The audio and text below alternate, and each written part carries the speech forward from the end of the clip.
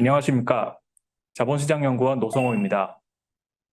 이번 KCMI 글로벌 이슈에서는 인공지능의 경제학, 효용성, 규제, 그리고 금융시장의 영향을 주제로 버지니아 대학교 앤턴 코리넷 교수님을 모시고 인터뷰를 진행하겠습니다. 먼저 오늘 주제에 대해 말씀해 주실 앤턴 코리넷 교수님을 소개해 드리겠습니다. 교수님은 버지니아 대학교 경제학과 및 달덴 경영학부 교수로 재직 중이시며 미국 워싱턴 DC에 소재한 브루킹스 연구소의 non-resident fellow, 영국 옥스퍼드에 소재한 Center for Governance of AI의 Economics of AI 리드를 겸임하고 계십니다. 교수님의 주요 연구 분야로는 금융위기와 개발도상국의 자본시장 규제 등이 있습니다. 최근에는 발전된 인공지능이 산업, 금융시장, 그리고 사회 전반에 미칠 영향에 대하여 활발한 연구 및 강연을 진행하고 계시며 이와 관련하여 옥스퍼드 핸드북 오브 AI 거버넌스의 편집자로 참여하셨습니다. 인터뷰에 앞서 앤턴 코리넷 교수님께 간단한 소개를 부탁드리겠습니다. Hello, everybody, and thank you for having me for this very important conversation. I am an economist. I am currently a professor of economics at the University of Virginia, as well as a non-resident fellow at the Brookings Institution and the Economics of AI lead at the Center of Governance of AI in Oxford. And I have been studying the effects of AI on the economy for close to a decade now, and I'm excited to share my findings with you. 감사합니다. 그럼 첫 번째 질문을 드리겠습니다. 인공지능은 무엇이며 왜 갑자기 이처럼 주목을 받고 있는 것인가요? 더불어 인공지능은 경제활동에 구조적인 변화를 가져왔던 과거의 기술과 어떤 점에서 다른 것인지 궁금합니다. Let me perhaps start by taking a step back. What is intelligence? And people sometimes define intelligence as the ability to accomplish complex goals. So this is something that we humans have been doing for tens of thousands of years. And artificial intelligence, the ability of machines to exhibit intelligent behavior, is something significantly newer. The term artificial intelligence was coined in 1956, a little bit over half a century ago. But in some ways, artificial intelligence is closely intertwined with the dawn of the computer age. So some of the pioneers in that would include, for example, Alan Turing. So why is everybody suddenly speaking about artificial intelligence? We have seen slow and steady progress in the capabilities of computers for more than half a century now. But it seems that we have suddenly crossed a threshold where artificial intelligence is able to accomplish tasks that have really been reserved for humans for a long time. And artificial intelligence is becoming, if you want, more and more human-like. So for most of the human history, if we look, for example, at the Industrial Revolution, we have had machines that would replace the physical work that we humans are engaged in. But now we have artificial intelligence, and artificial intelligence is increasingly replacing the cognitive work that we humans perform. So I would say we are at the start of something different than the Industrial Revolution. I would call it more like a cognitive revolution, because we suddenly have these machines that exhibit really quite intelligent behavior. 그렇다면 이어서 질문 드리겠습니다. 최근 생성형 인공지능이 화제의 중심에 있습니다. 생성형 인공지능이 어떤 원리로 작동하는지 간략하게 설명해 주시겠습니까? Yeah, generative AI is driven by so-called foundation models, and foundation models are essentially very large neural networks. And I should draw a distinction between how AI powered by neural networks differs from an older generation of AI, something that people used to call good old-fashioned AI. For most of the 20th century, AI systems used to be powered by this type of good old-fashioned AI. And that means they were essentially a large set of if-then instructions. And that made for some powerful applications. You can use those types of systems for some things, but it also means that these types of AI systems were very static. They were not adaptable to new situations. They could not really learn. Starting around 2000, and in particular around 2010, we have seen rapid advances in the field of machine learning, driven by an approach called deep learning, which is essentially based on mimicking the human brain through the use of artificial neural networks. And these artificial neural networks that are organized in multiple layers, that's why we call them deep learning approaches, they have the ability to learn in a manner that's not exactly like our human brain, but it is inspired by how the human brain works. And that has basically set the stage for the generative AI revolution that we are seeing now. I want to show a slide now that illustrates the rapid progress that we have seen in deep learning and in the space of foundation models over the past 15 years. What you can see on this slide is that the amount of computing power that has gone into the most cutting edge deep learning systems has doubled every 6 months for the past 15 years. So the computing power has doubled every 6 months. That means it has quadrupled every year. It has grown by a factor of 1,000 every 5 years, 1 million over 10 years.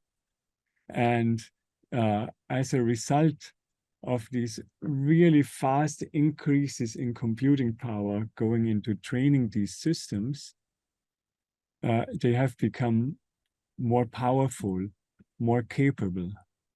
And it seems that around 12 to 18 months ago, we have crossed the threshold where these systems exhibit some broader intelligence than what they used to, where these systems, and I'm talking in particular about large language models, which are the generative AI systems that power, for example, ChatGPT, and they can suddenly converse in spoken language. They can converse on any arbitrary topic, and they can be quite insightful on a lot of topics already.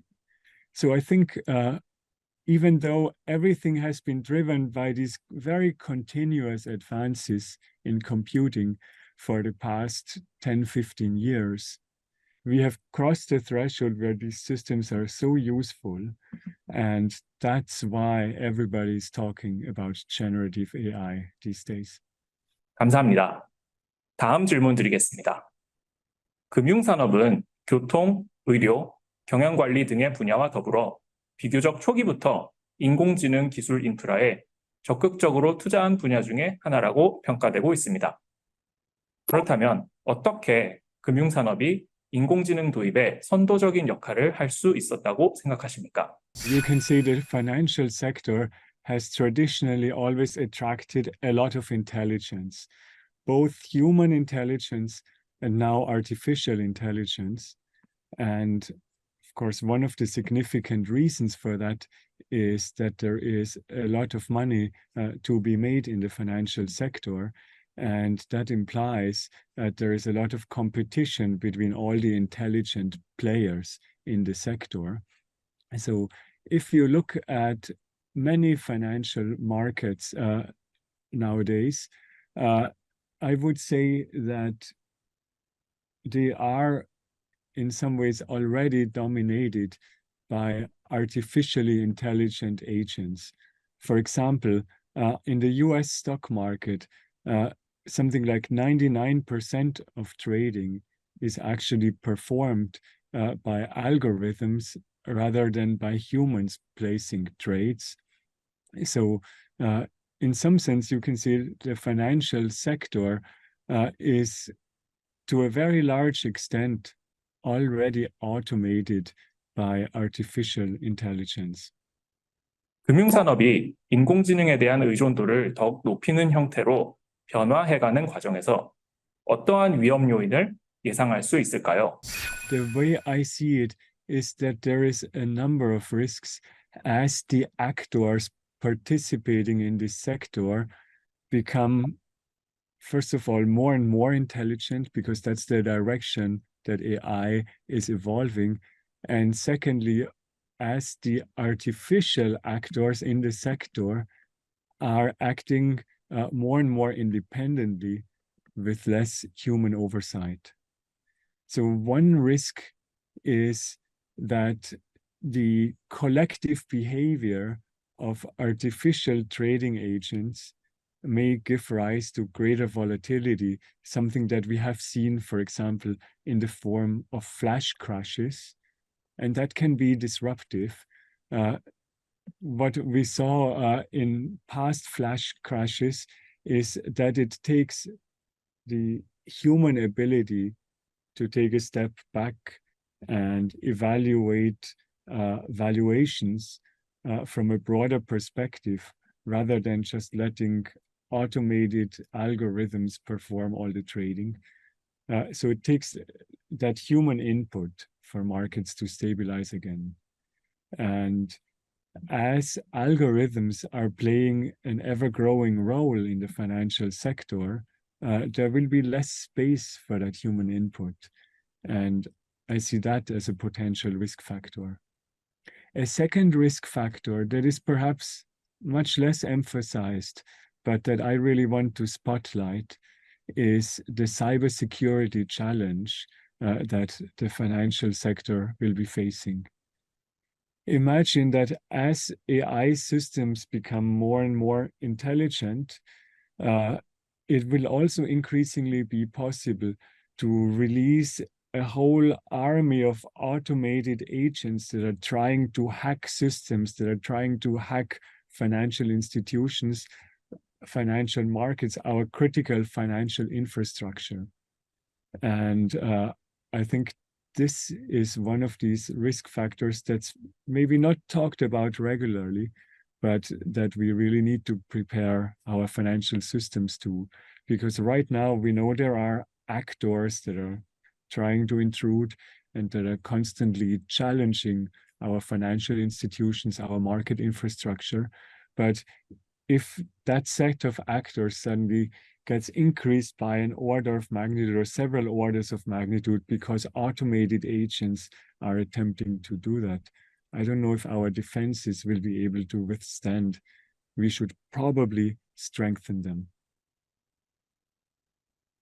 There is also a third set of risks that I see for the financial sector, which is that artificial intelligence may give rise to significant disruptions on the real side of the economy.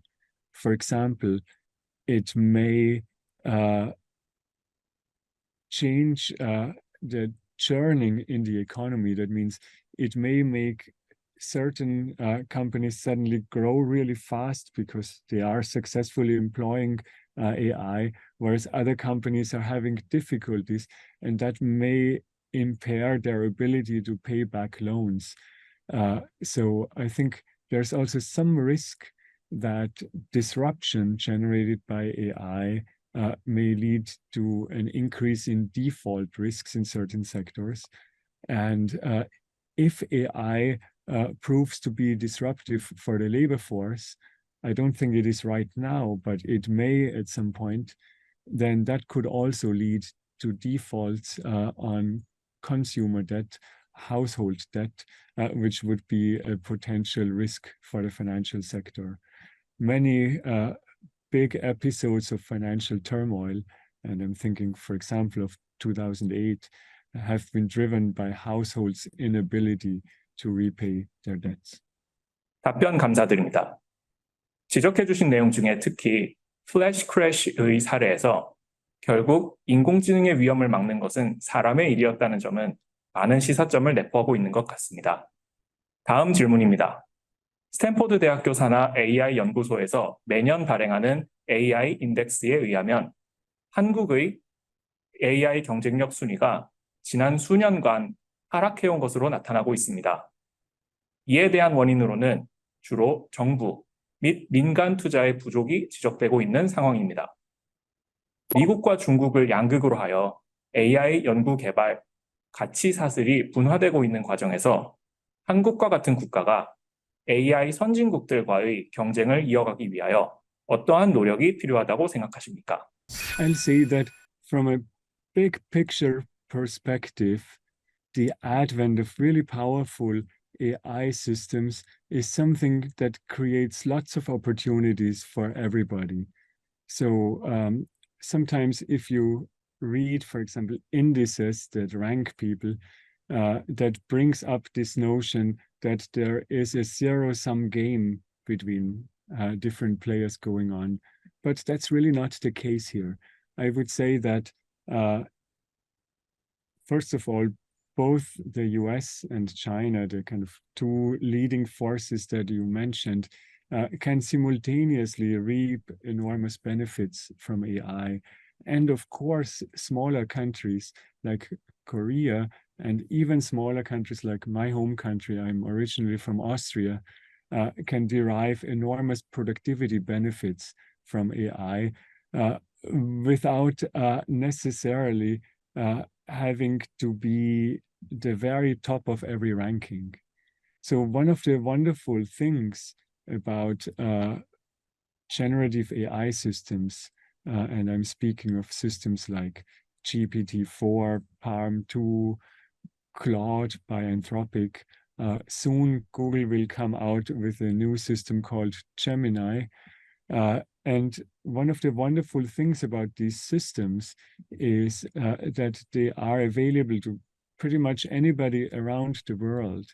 And just by successfully deploying these systems, and they really just cost a fraction of a cent for every use, countries like Korea can derive enormous productivity benefits, can really make their economies grow quite significantly. And I don't think it is actually desirable for every single country to train their own big AI system, because that would mean a lot of duplication of effort, and that would mean that the best systems actually could not be quite as good, because we would have to share the training compute that goes into them between so many different countries. So in some ways, I believe that there is really a lot of opportunity, especially for smaller countries, to piggyback on the efforts of the largest players in the field, and to deploy these systems in their economies. I should also emphasize that there really is a global value chain in designing these most advanced AI systems. And on the hardware side, Korea actually has several players that are playing a really significant role, including, for example, a smaller company, SK Hynix, that really plays an important role in providing high bandwidth memory to NVIDIA, which is the chip producer in the US that produces the most advanced chips necessary for training cutting-edge foundation systems. 감사합니다. 다음 질문은 최근 많은 논의가 진행되고 있는 AI 규제에 관한 내용입니다. 각국 정부 및 규제기관을 중심으로 AI 윤리 및 규제 가이드라인이 확산되고 있는 상황에서 일부는 이와 같은 노력이 혁신에 대한 동력을 저해할 수 있다는 우려를 표명하고 있습니다. 교수님께서는 AI에 대한 규제 및 규제기관을 수립하는 과정에서 어떠한 원칙이 필요하다고 생각하십니까?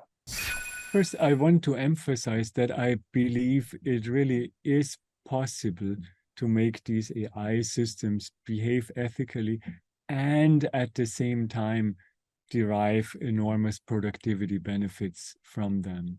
So I don't think it's an either or. I think it is something where we really want both. And one encouraging sign is that you actually see the leaders of the leading AI companies themselves advocate that we want certain guardrails, that we want certain regulations in place in order to essentially prevent a race to the bottom where companies violate such guardrails in order to gain a competitive advantage. So what can governments do in order to both reap the productivity benefits of AI and at the same time also make sure that these systems behave ethically? First, let me observe that this is a big challenge because developments in AI are moving so fast. And that implies governments which are not used to passing laws and regulations at this kind of speed have to keep up with what is happening on the ground, have to keep up with what is going on in the space of AI. And the basic role that I see for governments is essentially threefold. First of all, we want to make sure that AI systems that are deployed don't hurt any of their users or don't hurt any specific individuals. So, for example, in self-driving cars, we need the right set of safety regulations so that they don't kill the people driving in the cars. But harms are also broader. There are certain critical applications of AI, for example, in hiring, in credit evaluation, where we need to make sure that AI systems don't unduly discriminate against people. For example, let's say that in the training data from prior years, men were overrepresented. That may mean that AI systems learn that men should be given a leg up in the evaluation process, but that would, of course, be unethical. And we want to basically take such biases out of the systems. The third possible risk of harms that I see is that as these AI systems become more and more powerful, they have higher capabilities, and with greater capabilities also come the risks of greater consequences when they malfunction. And some people have even been speaking of existential risks that may be brought on by AI. I think we are not at that stage right now, but we don't know how fast they will keep evolving, and we want to keep an eye on it. And from my perspective, what that implies is that right now, governments around the world should probably move fast to establish a monitoring regime to essentially make sure that they are up to date on, first of all, who owns the most advanced chips and has the capability to train the most advanced systems. And secondly, who is working on which types of models and how do these models behave.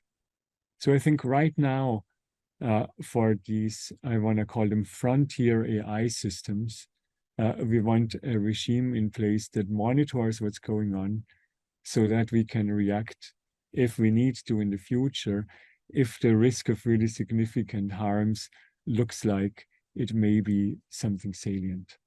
그렇다면 AI 거버넌스에 있어서 국가 간 협력이 어떠한 역할을 할 수 있을까요?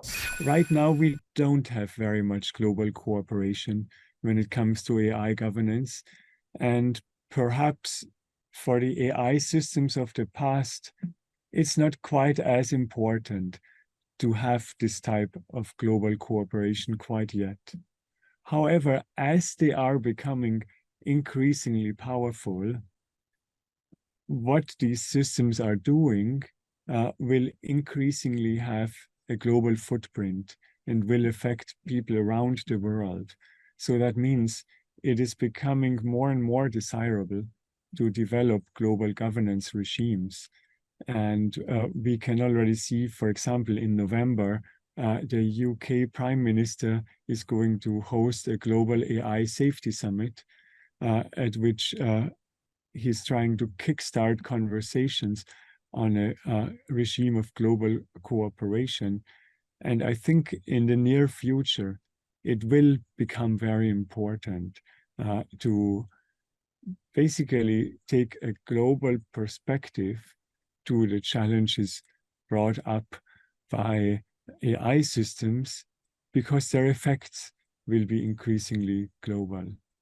And I think one of the dynamics that we want to forestall is that players around the world will engage in a competitive race where they disregard safety standards just because they are trying to be first.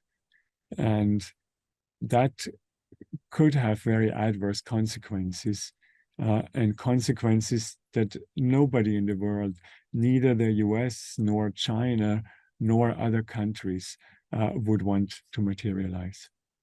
마지막 질문은 올해 큰 화두였던 대형 언어 모형에 관한 질문입니다. 최근 챗 GPT를 비롯한 대형 언어 모형이 주목받으면서 인공 일반지능의 가능성과 이러한 기술이 인간의 노동을 대체할 것인지에 대한 논의가 주요 화두가 되었습니다. 우선 교수님께서는 대형 언어 모형이 이처럼 급속도로 발전할 수 있었던 원인을 어떻게 평가하십니까? Yeah, the key driver of the rapid progress that we have seen in the past 9 or 12 months has been the huge investments into compute, meaning into computing power that are underlying these large language models. So to make this tangible, I already spoke about the doubling time every 6 months earlier in our conversation. But to make this tangible, Google is reported to be spending about 5 times the amount of computing power on the system that they're currently developing, Gemini, than what OpenAI spent on GPT-4, which was finished training last summer and which was publicly released in March of this year.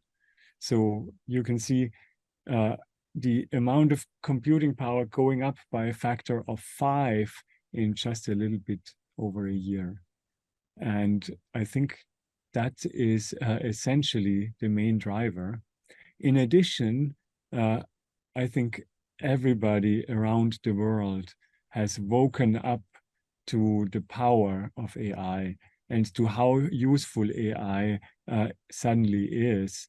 So if you compare the field of large language models now with where it was, let's say, 12 months ago, 24 months ago, in some ways, from a research perspective, not much has changed. But from a perspective of public interest, there has been a sea change. Everybody wants to participate in this. Everybody is investing in it. And that means the resources that are driving this rapid progress are continuing to grow.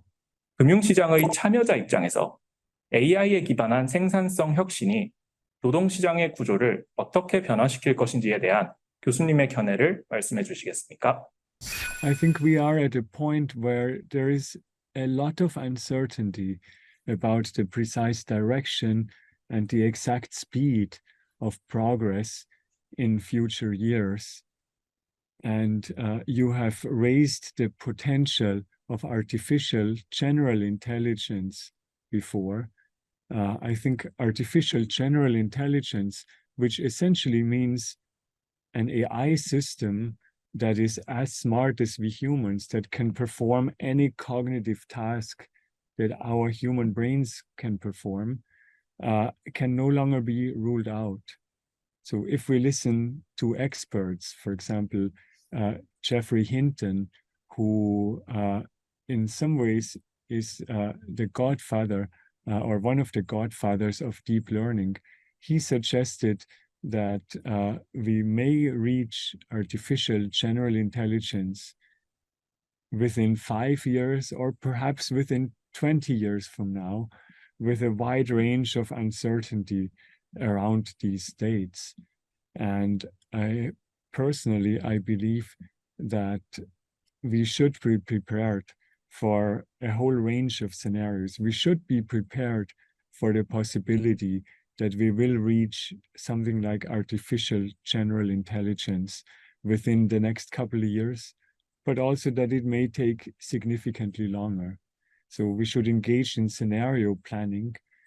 In one of my forthcoming papers, I'm speaking about different scenarios for the transition to AGI and what they will imply for output growth and for labor.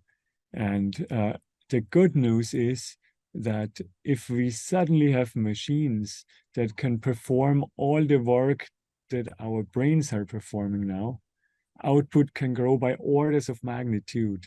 So we will have a lot of economic growth.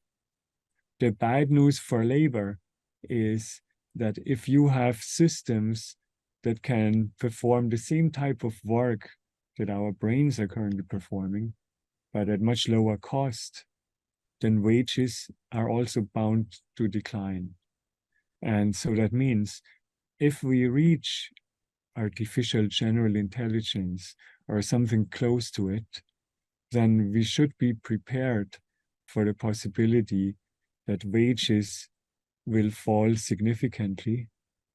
And we should be prepared for having to redistribute some of the gains of AGI that will materialize in terms of output growth to the rest of humanity, to basically everybody who will be affected as a worker, as a retiree, as a student, and of course also as a worker in the financial industry. So if we don't do that, we would be wasting a lot of human potential, because imagine if our economies grow by an order of magnitude, we don't need to redistribute all of that gain. We just need to redistribute a fraction of it, and we can make everybody better off materially and also happier. Now, what does it imply for financial sector participants more specifically?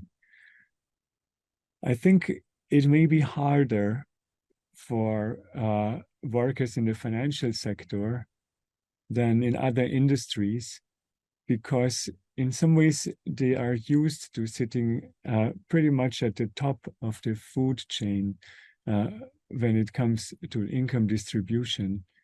And if we really had AI systems that can do just everything that we humans do, but they can do it as well or better, then it may be a bit of a deflating experience.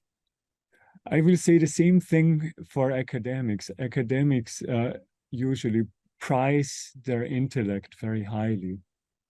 And if they see that machines can do what they are doing and maybe can do it even better, they will also find it quite deflating. So as I mentioned, there is a lot of uncertainty around this scenario, but we can no longer rule it out. And we should consider it as something that has a non-negligible probability of materializing within just a few years. 감사합니다. 마지막으로 AI에 관심 있는 시청자분들께 한 말씀 부탁드리겠습니다.